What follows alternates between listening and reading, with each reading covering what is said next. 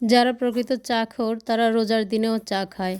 সেহরি থেকে উঠে সঙ্গে সঙ্গে চা খায় এবং তারা সেহরিটা ঠিক সেভাবে খায় যেন চা খাওয়ার সময়টা পায়, এবং ইফতার করে বিছানায় যাওয়ার আগে চা খায়। যেমন আমি একজন, সব কাজ করে আমাকে আগে চা বানিয়ে তারপরে বিছানায় আসতে হবে।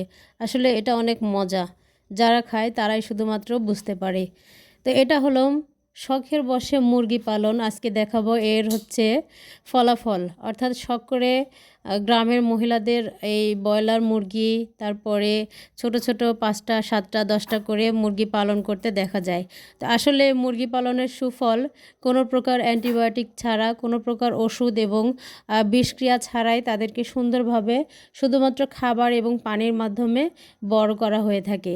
তো প্রথম দিকে মনে হয়েছিল যে বাচ্চাগুলো বাঁচবে না, কি মরে যাবে, কি কোনো সমস্যা হবে, কিন্তু আল্লাহর কি অশেষ দয়া, একটি বাচ্চারও কোনো অসুখ বিসুখ হয়নি এবং কোনো অসুবিধা হয়নি।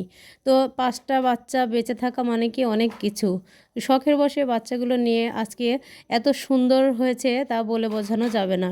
তো এটার ভিডিও দেয়নি, এই দেখেন প্রত্যেকটার ওজন 1.5 কেজি হয়েছে। তো আজকে যেহেতু মেয়ে খেতে চেয়েছে তাই নিয়ে নিলাম এক একটার ওজন 1.5 কেজি করে। এবং ভিডিওতে ছোট দেখা যাচ্ছে কিন্তু আসলে মুরগিগুলো অনেক বড়। এরপরে দেখেন বাচ্চা কাচ্চা কীভাবে মজা করতেছিল, সবগুলোকে দোলনার ওপরে বসাই দিয়ে এবং দোল খাওয়াচ্ছে। এখন মুরগি কি দোলনার আনন্দ বোঝে?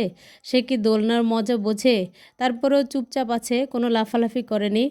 একবারে দোলনা ছেড়ে দিয়েছে, সে আসছে আবার চলে যাচ্ছে, মানে কোনো প্রকারের কোনো শব্দ করেনি। এজন্যই মনে হয় এর নাম ফার্মের মুরগি।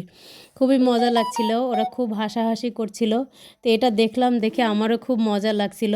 এরপরে দেখেন এর অবস্থা কি হয়। জবাই করার পরে ছোট ছোট টুকরো করে কাটা হয়েছে। আজকে বাসায় পালিত মুরগি রান্না করা হবে, আর বড় বড় 4 টুকরা চিকেন ফ্রাই করা হবে। যেহেতু বাসায় পালিত, এটার স্বাদ অনেক বেশি হয়ে থাকে।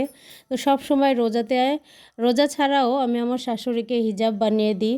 তো এটা ছিল একটি হিজাব ও একটি ম্যাক্সি বানালাম। যেহেতু গরম পড়েছে, গরমে শাড়ি পরে কাজ করা যায় না, তাই একটি ম্যাক্সি বানালাম এবং একটি হিজাব বানালাম, সেটাই আপনাদের সাথে শেয়ার করছি।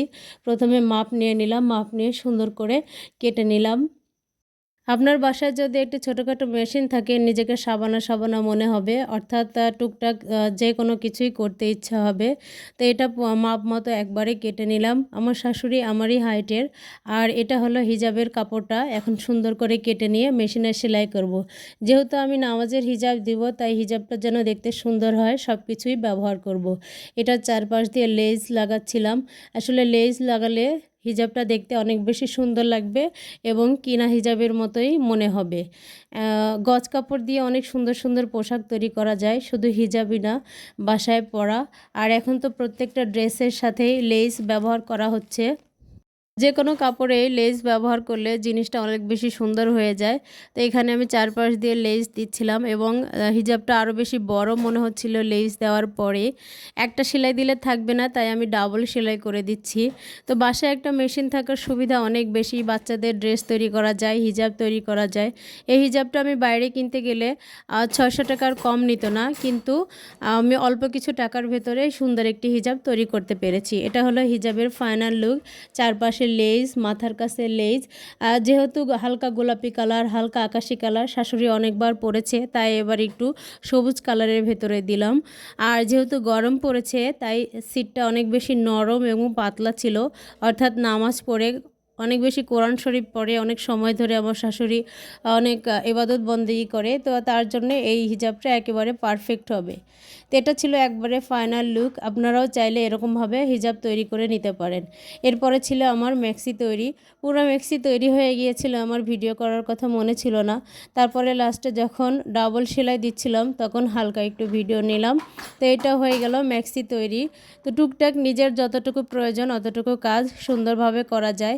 এটাই হলো বাসায় একটি সেলাই মেশিন থাকার উপকারিতা। আপনারা চাইলে এরকমভাবে ম্যাক্সি বাসায় তৈরি করতে পারেন। তো খুব সহজেই বাসায় ম্যাক্সি তৈরি করে ফেললাম। আর সব সময় শাশুড়িদের সাথে ভালো সম্পর্ক রাখবেন। তাদের শেষ বয়সে তাদের চাহিদা অনেক বেশি কম থাকে, তাদের দেখাশোনা করবেন, আল্লাহ আপনাদের রহমত নাজিল করবে।